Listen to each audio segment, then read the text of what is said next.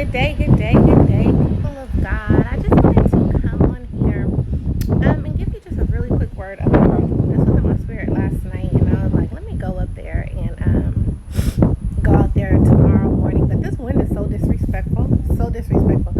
Anyway, so I just wanted to say that, whatever you're doing in life, whatever journey, whatever path that the Most High has you on right now, if you know that you're walking with Him, if you know that you're doing the things that God has called you to do, regardless of what anybody else has to say about it, or regardless of what people are saying about you, because people always have something to say, you keep going. I was reading the story of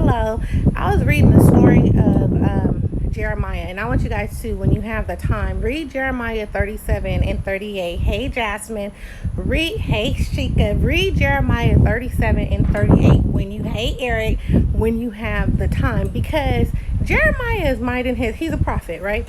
He's minding his own business, declaring the word of God, doing what basically he's walking in his purpose. He's doing what God has him doing. And although the people are seeking him out, they don't like what he says. So they throw him in prison twice. The first time, just regular prison. The second time, they throw him in the dungeon.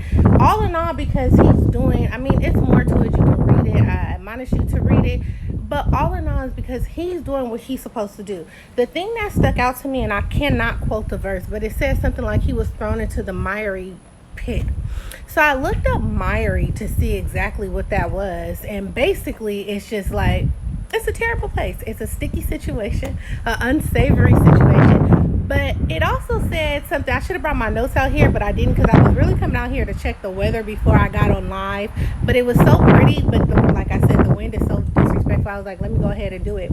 But it also said something about the Miry being an embarrassment, right? And that just really stood out to me, because sometimes it's like we have the idea that once we commit ourselves or submit ourselves to God, that everything is just going to be peachy keen, and it's not. I think a lot of us have a very real misconception of God and how this walk goes. Like, just because you're submitted under the hand of God and you're doing what God has told you to do, doesn't mean that it's always going to feel good. There's going to be times you are going to go to the miry pit.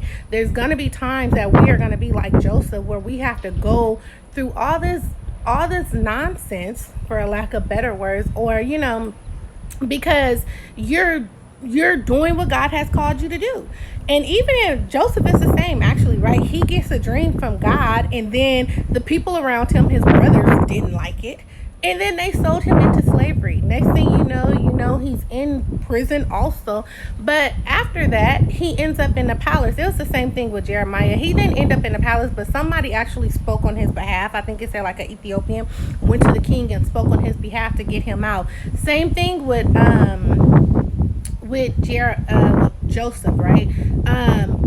Somebody told the king, oh, there's somebody in prison who can interpret dreams, and that's how he got out. What all I'm really pointing out to you is, it's not always going to feel good. There are times that you are going to be in the pit, in prison, in the miry clay, but you have to continue to trust God and just know that He is working on your behalf, and He's going to use vessels around you also to work on your behalf and to lift you and get you to the place that you're supposed to be. But I just want us to have the right, really just the right idea. I can't think of the word. I have the word that I'm trying to say, it's on the tip of my tongue, but I can't say it. Of how this may be. It's not always going to feel good, but you just continue to go, because at some point, promotion has to come. At some point, elevation has to come. It's going to come. So, we tuck our tail, we humble ourselves, we do what we're supposed to do. We continue to declare the truth of the Most High, regardless of what's going on in the world, regardless of what's going around us, and know that sometimes it may put us in an unsavory position, but our God is sovereign, and we know He's going to pull us out. Anyway, that is it. You're so funny. Oh, hi, Laura. That's it. I just really wanted to give you guys that encouragement, because I know that sometimes it's like we're going through and we're living life, and I'm not going live tonight. I'm sorry, I'm not going live tomorrow either, because I have some things that unfortunately I have to do. But we're going through life and we know we're following God. We know we're trying to do what's right.